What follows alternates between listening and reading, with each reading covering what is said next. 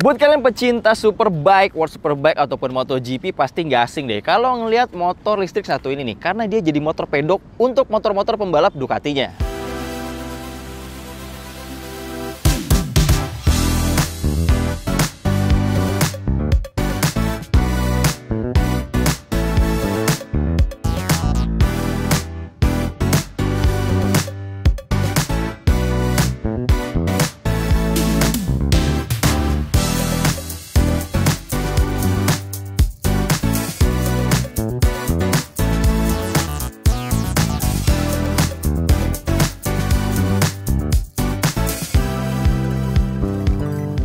Jadi ini dia Charge Rimau S ya, mungkin di Indonesia dikenalnya Charge Rimau S ya, tapi secara global atau secara dunia dia itu dikenal dengan motor namanya V-Moto. Jadi V-Moto CPX Pro gitu ya kalau yang varian ini. Dia tuh motor yang kombinasi ya atau kolaborasi antara perusahaan Australia V-Moto dan juga Super Shockwave yang dari Cina ini. Kemudian mereka bergabung dari V-Moto Shockwave akhirnya sekarang jadi V-Moto, yang mana penjualan mereka di luar negeri itu dahsyat banget teman-teman. Jadi kayak di Inggris, di Prancis dan pasar-pasar Eropa lainnya, motor ini tuh laku banget sih. Kenapa kira-kira bisa laku? Makanya kita akan bahas motor ini ya. Yang punya harga di Indonesia nih, si Charge Rimau S ini adalah 40.880.000 untuk yang satu baterai.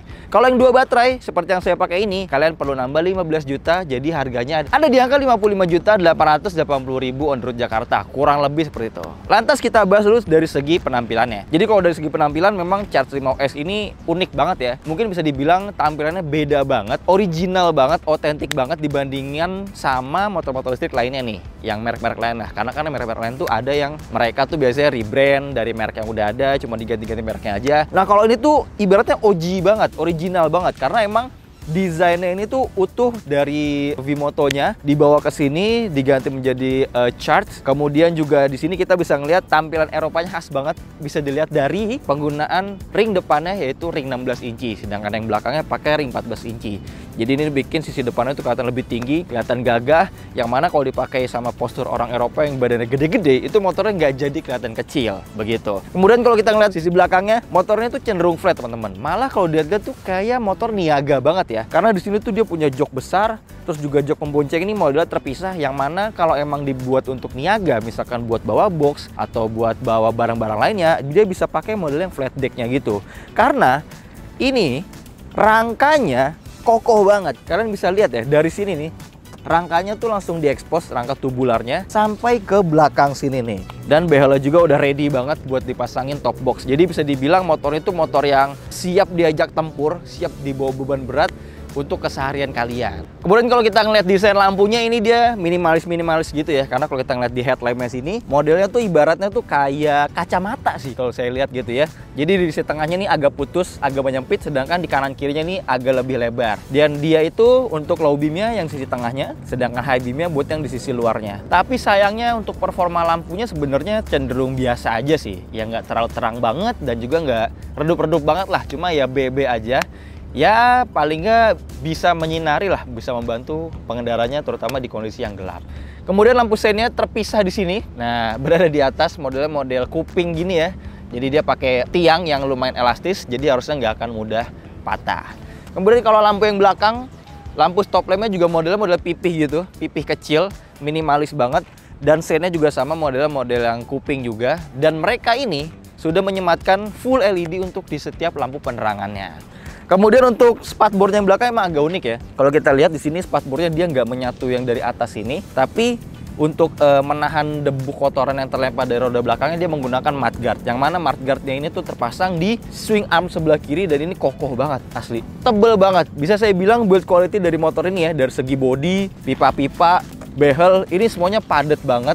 Plastiknya juga kelihatan tebel, nggak mudah rengat gitu ya. Saya sih dari build quality kayaknya belum bisa melihat kelemahan dari motor ini sih. Stangnya juga tebel, body-bodinya tebel, bracket plat nomornya aja mungkin agak lucu ya. Karena emang mau nggak mau kita harus menyesuaikan regulasi yang ada di Indonesia, yang mana wajib pakai plat nomor depan. Padahal kalau nggak ada plat nomor depan ini tampilannya akan lebih clean dan akan jadi lebih keren sih. Kemudian motor ini grafisnya emang beda teman-teman. Jadi emang si Charge Rimau S ini baru banget diluncurin pas pameran IMHEX 2024 kemarin. Mungkin kalau teman-teman ada yang datang ke sana, teman-teman akan melihat motor ini ya. Jadi Charge Rimau S ini diperkenalkan di sana, dan dari pihak Charge-nya juga memang menawarkan sih, bisa menawarkan customized livery ini, livery yang nih nomor 1 ya, liverynya Peko Bagnaia, yang mana bisa kalian tebus dengan menambah biaya kurang lebih 1,5 juta untuk mendapatkan livery yang keren seperti ini. Ini diambil dari livery motor balapnya Peko Bagnaia. Keren ya, racing banget.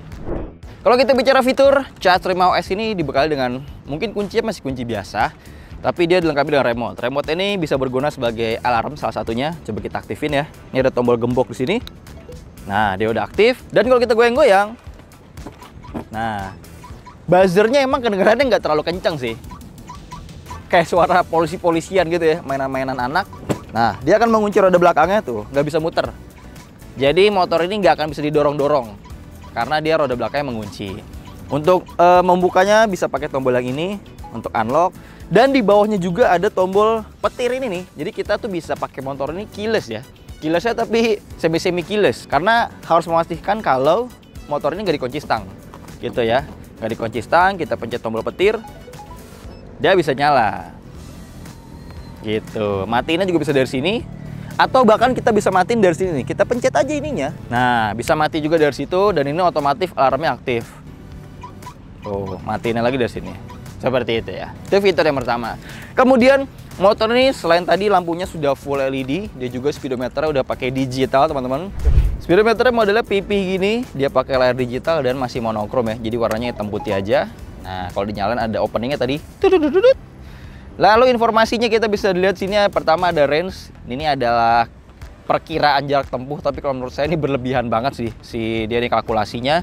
Kemudian di sini ada odometer. Di sini ada baterai 2 biji karena saya pakai baterai 2, jadi terbaca baterai A dan baterai B. Di sini persenannya terbaca baterai yang paling penuh ya. Jadi yang ini nih, yang 86%. Kemudian di sini juga ada ampere. Ini ampere tuh ngebaca arus yang keluar ketika kita gas kayak gini misalnya. Nah, semakin kita dalam gasnya berarti ampernya akan semakin kencang yang keluar, semakin deras dan semakin boros. Ini tentu aja ada speed meter. Di sini ada suhu. Kalau nggak salah ini suhunya suhu baterai. Kemudian yang ini adalah 34 derajat Celcius, ini suhu juga, tapi ini suhu kontrolernya. Kemudian sini ada jam digital yang mana agak susah saya buat nyetingnya. Kalau saya baca-baca di forum sih ini jamnya ini mengikuti GPS atau kita harus settingnya dari aplikasinya gitulah. Kemudian ada riding mode, ada eco, yang mana top speednya ada di angka 59-60. Untuk yang kedua 70-an kurang lebih. Yang ketiga ada di 92, kurang lebih begitu. Kemudian di sini juga dia akan berubah ketika kita mengganti riding mode-nya. Misalkan ini yang Eco 148, yang normal di 95 km, dan yang sport di 74 km kurang lebih range-nya. Terus yang unik, ini kan nggak ada tombol sama sekali ya. Nah, kita tuh bisa mengganti informasinya. Saya juga baru nemu kemarin di internet. Ini range-nya ini bisa diganti menjadi ini nih, menjadi trip dan juga menjadi RPM dengan cara yang sangat unik karena harus pakai tombol high beam dan low beam. Tek tek tek tek tek, kita diamin. Nah, dia berkedip, bisa kita ganti jadi trip, bisa kita ganti juga jadi RPM. Nah, yang RPM ini ya saya sih belum ngerti ya hitungannya seperti apa ya, karena hitungannya tentu aja beda sama RPM di motor bensin. Yang pasti seperti ini nih. Nah, tuh RPM-nya. Nah, seperti itu tuh RPM-nya. Beda emang sih, agak beda sama di motor bensin. Kalau di bawahnya ini ada beberapa lampu indikator nih. Ini ada sen tentu aja, ini sen kiri di sini, sen kanan di sini. Ini ada indikator baterai kalau sudah terlalu low. Ini indikator ready. Kalau misalkan dia belum ready tuh dia cuma P gini doang. Nah, ini berarti udah siap jalan. Kemudian ada malfunction. Ini tombol park yang tadi, ini high beam, dan yang ini merupakan sensor kecahayaan teman-teman. Jadi kalau kita tutup, nah backlightnya nyala, jadi dia bisa menyesuaikan. Kalau kondisi sekitarnya masih terang, dia nggak akan nyala backlightnya. Nanti dia akan mati dan hanya angka-angkanya saja yang aktif. Nah seperti ini. Tapi kalau sudah mulai gelap, cahayanya gelap, kondisi sekitarnya gelap, maka dia akan seperti ini kurang lebih nyalanya. Backlight putih. Oke ya. Dan kita melihat sakarnya teman-teman. Di sisi kanan sebenarnya sakarnya itu cukup sederhana ya, tombol-tombolnya juga. Di sini ada engine cut off. Ini ada shift untuk riding mode tadi 1 2 3. Di sini ada R. Ini bukan tombol starter, jadi ini untuk reverse dan untuk forward. Jadi ini kayak walk mode yang mana kalau jalannya maksimal tuh cuma 5 km per jam. Jadi ini tuh untuk ngebantu kita untuk parkiran ya. Jadi untuk parkir maju pelan itu bisa langsung ke sini, kita pencet nanti di sini jadi F. Dan kalau mau mundur, tinggal kita tahan dan kita sambil ngegas seperti itu. Nah, kalau yang kiri juga sederhana banget. Di sini ada tombol lampu jauh, lampu dekat, sein, yang mana seinnya ini nggak, untuk off-nya itu bukan ditekan ke tengah, jadi benar kita geser lagi ke tengah seperti motor jadwal. Dan di bawahnya ada klakson tentu aja. Kemudian kalau di bawahnya tadi udah saya bilang ada kunci kontak, ada gantungan barang, dan ada ini nih, ada colokan smartphone yang untuk mengisi daya. Modelnya masih USB Type A, dan di bawahnya ada kantong yang lumayan besar sih kantongnya. Coba kita buat naruh handphone 6 inci, masih masuk walaupun agak nongol ya, tapi masih dalam batas aman sih. Di balik bodinya yang besar, joknya juga yang lebar. Apakah akomodasi dari Chat Rimau S ini bagus? Kalau bicara akomodasi tadi di depan udah ada ya, laci di sini dan ada gantungan barang. Sedangkan di bawah joknya salah. Jadi dia ternyata split teman-teman. Yang ngebuka tuh cuma di sini aja, jok pengendaranya aja. Yang di sini tetap. Nah, bagaimana dengan sistem akomodasi di bawah joknya? Ternyata sebenarnya bisa dibilang agak sempit ya dan pas-pasan. Karena emang di bawah joknya ini tuh jadi tempat baterai dari si Chat Rimau S ini. Apalagi kalau kalian mungkin pesen motor ini nanti yang 2 baterai, yang mana seluruh ruangnya tuh akan terisi penuh gitu. Nah, makanya di sini tuh saya cuma bisa bawa charger aja di sini, chargerannya. Dan di sini bawa kabel panjang ya, extender ya. Kalau mana nanti ngecas tiba-tiba di tempat mana yang mana colokannya tuh jauh sama parkiran gitu. Makanya saya bawa kabel panjang. Dan ini kalau kita angkat ya, nah, akan langsung terlihat baterainya di sini teman-teman. Jadi dia tuh baterainya bisa dibilang mirip kayak Alpha One ya, karena emang Alpha One tuh basicnya bisa ya nyerempet-nyerempet sama si charge yang Rimau S inilah. Baterainya ini pakai 60 volt 45 ampere satu buahnya. Nah, ini karena saya tipe yang 2 baterai dipinjemin ya, jadi itu pakai 2 baterai. Dan dia tuh penggunaannya agak unik sih kalau menurut saya, karena dia tuh pakai baterai yang pertama dulu. Jadi dia tuh pakai seri ya sistemnya, bukan yang paralel langsung dua-duanya keluar kayak si Alfa Servo. Dia tuh seri, dia pakai baterai A dulu sampai ngedrain kurang lebih 20%, itu kedip-kedip baru pindah ke baterai yang B. Baterai yang B sampai drain 20%, kedip-kedip. Nah, baru dia menghabiskan dua-duanya seperti itu. Dan ini baterainya kalau kita angkat ya, berat banget sih. Kita masuk ke baterainya teman-teman. Jadi baterainya ini dia lithium 60 volt 45 ampere hour, dimensinya lumayan besar ya. Jadi dia persegi panjang ini dan bobotnya lumayan berat. Mungkin 12 atau 15 kilo mungkin ya. Kemudian klaimnya satu baterai ini nih sekali penuh itu dia bisa membawa Chat Rimau S berjalan sejauh kurang lebih 100 km. Tapi ada syaratnya.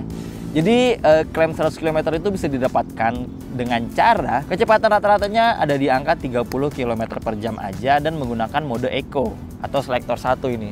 Jadinya kalau kita menggunakannya secara real gitu di jalan raya ya, yang mana kayaknya nggak mungkin jalan 30 km per jam terus-terusan gitu kan. Pasti kan sedikit ngebut ya, paling 60 lah ya, 60-70 gitu, maka klaim tersebut nggak akan tercapai. Jadi wajar sih. Mungkin setelah pengetesan ini saya nyoba ini satu baterai habis tuh mungkin ada di kisaran angka 70 sampai 90 km lah. Itu tergantung banget dari bagaimana kita cara bawa motornya, cara buka gasnya, kecepatannya, kontur jalannya, tanjakan turunan, bebannya juga jalan sendiri atau berboncengan atau bawa barang bawaan lainnya. Karena kalau menurut saya motor listrik ini lebih sensitif penggunaan dayanya dibandingkan dengan motor bensin. Makanya banyak banget faktor pengaruhnya yang bisa mempengaruhi hasil dari pengujian soal jarak tempuh ini nih, si baterai ini.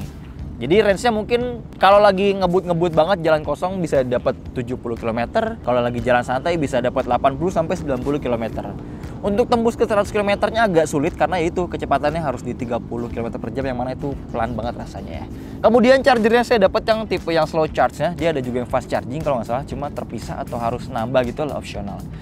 Dia ada heatsinknya di sini, ada kipasnya juga, jadi biar nggak cepat panas selama nge-charge. Kemudian ada lampu indikatornya. Merah sedang mengisi berkedip dan hijau berarti tandanya baterainya udah penuh. Bisa ngisi dari bawah sini, dari tengah sini, di bawah jok sini. Ini langsung ngisi dua-duanya, atau kalau mau ngisi satu baterai doang, dibawa masuk ke rumah atau ke ruangan ininya aja. Bisa juga gitu, langsung colok ke sini nih konektornya. Kemudian klaimnya sih dia untuk ngisi 10% sampai 100% itu kurang lebih ada di angka 5 jam. Dan dayanya ini kan saya seperti biasa ya, kalau kita ngetes motor listrik itu selalu pakai model wattmeter gitu lah, untuk mengetahui seberapa banyak daya yang dikeluarkan. Nah, kurang lebih emang dapat 5 jam untuk yang satu itunya, satu baterainya gitu. Dan daya tertingginya ini dia tuh ada di angka 600 watt. Dan untuk dayanya sendiri atau biayanya sendiri saya hitung dibulatkan ya. Jadi kan kalau listrik kita 1.440 sekian bla bla bla kecil-kecil gitu kan ya. Nah, saya bikin 1 kWh-nya itu Rp1.450 per kWh-nya biar lebih gampang perhitungan angkanya. Dan hasilnya kalian bisa lihat di tabel berikut ini.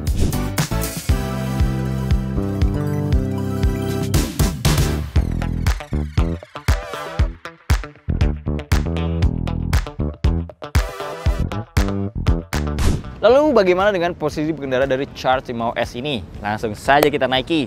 Dia tinggi jok ini 760 mm teman-teman. Berhubung jok ini cukup lebar, meskipun 760 mm, jadinya tetap bikin postur 170 cm nih agak jinjit nih. Kalau misalkan dua-dua kakinya turun. Tapi kalau satu kaki turun aja, bisa kita akali dengan geser pantatnya seperti ini, aman. Atau kalau mau dua-duanya turun juga bisa. Duduknya agak majuan dan bisa napak dengan lebih sempurna. Nah, ini joknya jujur enak banget sih, kulitnya enak, nggak bikin pantat pedas gitu ya ibaratnya. Busanya juga tebel, karakternya juga lembut, dan desain joknya ini tuh dia agak dalam gitu ya, ada kayak lekukannya. Jadinya tuh pengendara kayak masuk di dalam motor gitu. Kemudian di belakang ini ada sedikit lumbar support, ya tipis banget sih ya, paling nggak bisa sedikit menopang. Dan joknya tuh panjang banget. Saya tuh biasa duduknya di sini, dan ini belakang masih panjang nih. Sisa joknya ya di sini ya. Pembonceng juga masih jauh banget. Jadi ini emang lega banget. Mungkin emang beneran spek buat orang Eropa kali ya mereka developnya. Kemudian kita bahas soal pijakan kakinya. Di sini cukup luas, cukup lebar. Walaupun di sini emang ada tulang tengah yang agak menjorok ke dalam ya. Jadinya ini untuk membawa barang yang tinggi bisa banget, tapi kalau yang agak lebar nih mungkin agak mengganjal di sini nih. Tapi sebenarnya masih dalam batas aman sih, kurang lebih 1 jengkal lah jaraknya. Kemudian pijakan kaki di sini untuk ukuran kaki sepatu 43 masih oke. Ada pijakan tambahan di sini kalau misalkan kita di tengahnya bawa barang. Jadi pijakan kaki kita geser ke sini, kayak gini. Multifungsi banget. Kemudian setangnya, seperti yang tadi saya bilang, besar di Eropa, banyak di develop di Eropa walaupun dia brand China. Cuma emang dia yang tiernya atau grupnya atau ya yang A lah ya, grade-nya ibaratnya. Dia ini punya posisi pengendara yang kayaknya emang cocoknya tuh buat postur bule banget gitu ya. Jadi untuk postur Indonesia yang 170-an, ini setangnya justru kerasa kayak ketinggian posisinya. Ya sebenarnya minor sih, tapi kalau dipakai berkendara lama tuh jadi kayak kerasa agak pegel aja sih. Karena ini lengan tuh kayak jadi kayak gini. Jadi kayak gini nih ibaratnya nih, posisi pergelangan kita tuh jadi agak turun. Beda mungkin kalau orang yang badannya lebih tinggi gitu ya. Nah, ini akan kerasa lebih enak nih, lebih pas. Misalkan segini gitu tingginya dia ya. Punggungnya panjang gitu ya. Segini nih enak banget sih. Cuma karena saya segini, jadinya tuh kerasa stangnya jadi kayak kerasa tinggi banget. Ya sebenarnya nyaman, cuma jadi agak pegel lah karena jadi kurang sesuai aja sama postur badan kita gitu kan. Overall lebarnya cukup. Hanya saja emang kalau lewat macet-macetan harus agak siaga aja biar nggak mentok. Terus juga saya kurang suka sama steering locknya, ini lumayan lebar. Nih segini doang udah mentok, sedangkan wheelbase motornya tuh bisa dibilang agak panjang ya. Tapi sudut radius putarnya jadi lebar banget karena steering locknya ini cuma segini nih. Makanya kalau kita putar balik itu rasanya agak kagok. Biasanya apalagi kalau yang biasanya mungkin naik motor-motor yang Jepangan gitu ya. Matic-matic Jepangan yang mana steering locknya tuh bisa lebih dalam dari ini. Dan sedangkan ini hanya segini, makanya kalau putar balik tuh harus butuh ancang-ancang atau harus siap kalau tiba-tiba mentok di steering locknya biar motornya nggak ambruk gitu. Lanjut ke bahas handlingnya. Jadi saya udah nyobain motor ini kurang lebih 200 sampai 300 kilo lah ya. Jadi udah bisa ngerasain handling dari motor ini, yang mana suspensi depannya ini nyaman. Tuh, redamannya lembut dan bisa meredam jalan rusak dengan cukup baik. Hanya saja sedikit kurang panjang sih travel suspensinya. Jadi kadang-kadang ini agak sedikit bottoming sih. Kalau misalkan kita ketemu jalannya yang jalan pecah atau berlubang, kemudian kita barengi juga mungkin sambil ngerem gitu ya. Jadi dia kena beban lebih dan itu kayak dak kayak mentok gitu. Cuma kalau kita lewat jalan rusaknya tuh glinding aja, itu normal, fine-fine aja gitu, cukup gitu rasanya. Jarak mainnya segini. Kurang sedikit lagi sih. Dia jarak mainnya biar ini mungkin lebih cocok buat di karakter jalan di Indonesia. Nah, sedangkan yang belakang dia pakai monoshock single suspension, tapi ada di sebelah kiri gini. Kemudian ada beberapa setelan preload dengan manual pakai kunci spanner gitu. Dan ini suspensi belakangnya nyaman banget, lembut banget. Sendiri pun buat bobot saya yang sekitar 60-an kilogram aja tuh ini rasanya udah cukup gitu. Terus kemarin nyoba boncengan juga, mungkin total bobot pengendara dan pembonceng tuh mungkin sekitar 120 sampai 140 kg gitu. Itu enak banget, bisa lewat jalan rusak dengan sangat nyaman, nggak kerasa bottoming, Tapi emang kalau kita berkendara agak cepat gitu ya, apalagi lagi nikung gitu ya, jadi kerasa geol-geol, kayak jadi nggak stabil. Ini lembut banget. Cuma ya emang udah hukum alam lah ya, ketika suspensi itu nyaman, mainnya lembut, pasti akan sedikit limbung di kecepatan tinggi. Dan sebaliknya, kalau mungkin suspensinya agak stiff, agak keras, di kecepatan rendah atau lewat jalan rusak, mungkin agak sedikit kaku, tapi ketika berkendara di kecepatan tinggi, cornering itu akan lebih stabil. Tapi ini rasanya udah cukup banget, udah cocok lah buat dipakai di berkendara di jalanan Indonesia yang sangat beragam ini. Tinggal setting suspensi depan aja nih sedikit lagi sih, biar kerasa lebih nyaman. Kemudian untuk sistem pengereman dia pakai cakram depan belakang. Udah pakai sistem kombi brake system juga. Kombi brake system ini sistemnya udah model yang hidraulik, jadi udah nggak ada setelan-setelannya lagi. Dia akan menyesuaikan ketebalan kampas remnya dengan sendirinya melalui minyak remnya ini. Dan rasanya enak banget. Bahkan saya tuh hampir jarang pakai handle rem depannya, karena ketika kita pencet yang ini aja nih, ini rem depan sama rem belakangnya tuh udah bisa ngerem dengan cukup sempurna dan rata depan belakangnya. Tuh, ya. Ini udah cukup banget. Apalagi tuh handle-nya ini emang lagi-lagi karena dibuat di Eropa gitu ya, jarak dari hand grip ke handle ini emang agak jauh sih. Makanya kadang saya agak males buat ngerem yang kanan terutama nih. Jadi cukup yang ngerem yang kiri aja, itu rasanya udah cukup banget buat ngeberhentiin lajunya. Kecuali emang kita butuh pengereman yang lebih keras gitu ya. Nah mungkin berhentinya butuh yang lebih cepat, barulah kita ngerem juga yang sisi kanannya gitu. Overall oke sekali, hanya ada sedikit yang kurang enak seperti di setang dan suspensi depannya. Lalu kita sekarang ngomongin soal performa dari Charge 5OS ini. Dia menggunakan BLDC ini modelnya hub drive, tapi hub drive-nya ini model terpisah sama velgnya. Jadi emang kayak model Alpha One gitu ya. Jadi dari velg ke hub drive-nya itu dibaut menggunakan 4 buah baut ini nih. Jadinya untuk mengganti roda tuh akan lebih mudah dibandingkan dengan BLDC yang bener-bener nyatu antara pelek sama BLDC-nya dan juga dengan rimsnya atau dengan bannya. Itu akan lebih sulit karena kita harus melepas bibir peleknya atau melepas BLDC-nya, dan sebelumnya harus melepas soket-soketnya dulu. Nah ini lebih mudah nih, apalagi di sininya kopong banget ya. Jadi itu bener-bener kelihatannya kayak single arm, kayak moge-mogenya Ducati banget. Desain velgnya juga bagus. Jadi ini tenaganya itu kalau kita baca brosurnya itu 4 kW atau 4000 watt ya. Dan dia punya klaim top speednya tuh di 95 km per jam. Sedangkan kalau saya nyoba itu 92 km per jam udah limiter. Tadi juga kita lihat ya, yang di speedometer kita ngetes mode-modenya. Mode 1 tuh 60, mode 2-nya 70 km per jam, dan mode 2-nya tuh 92 km per jam. Jadi itu emang real. Di saat kita pakai berkendara di sepanjang jalan itu emang sesuai lah antara limiter saat di standar tengah sama saat kondisi realnya ketika kita pakai di jalan raya. Kemudian rasa tenaganya gimana? Tentu aja dia ini tuh smooth banget. Artinya itu dia saat TPS 0 sampai mungkin 10-20% itu agak sedikit delay sih.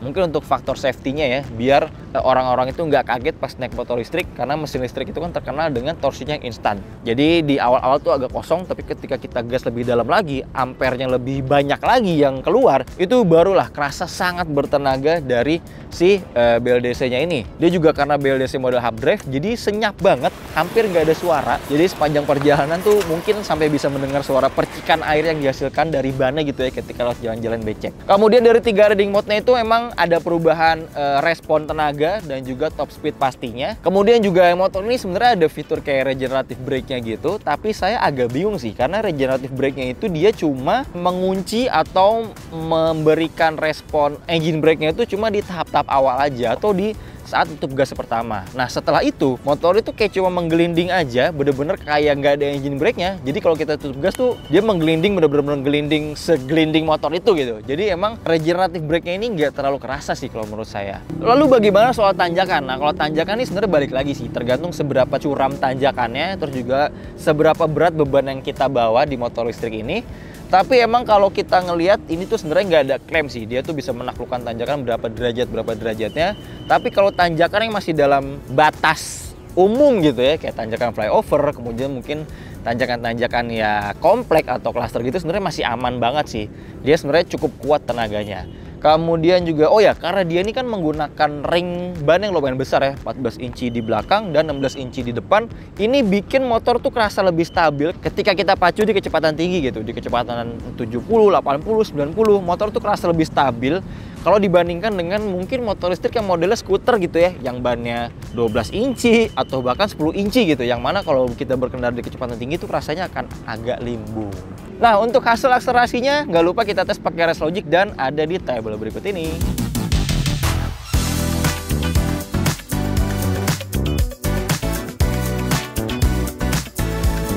Jadi kurang lebih seperti itu hasil pengujian kita menggunakan Charge Rimau S motor listrik premium harga 40 jutaan, yang mana menurut saya build quality-nya nih oke banget, jempolan banget. Dari mulai suspensinya, rasa berkendaranya, body-bodinya, rangkanya, besi-besinya, baterainya, dinamonya, BLDC, fitur-fiturnya semua menurut saya ini sebanding lah ya dengan harganya yang 40 jutaan itu. Terus juga dia memberikan garansi selama 3 tahun untuk baterai, kelistrikan, dan lain-lainnya nih setiap pembelian ini. Jadi makasih yang udah nonton, jangan lupa di like, di komen, di subscribe channel Motovlog Indonesia. Menurut kalian nih gimana Charge Rimau S bisa menjadi pilihan apa enggak? Atau mungkin ada pernah punya pengalaman, pernah nyoba motor nih? Bisa sharing bareng di komentar di bawah, kita diskusi bareng di sana. Dan jangan lupa baca-baca berita terkini di autovlog.id. Dan nonton konten menarik lainnya juga ada di TikToknya Motovlog Indonesia. Kalau gitu sampai jumpa di video-video selanjutnya.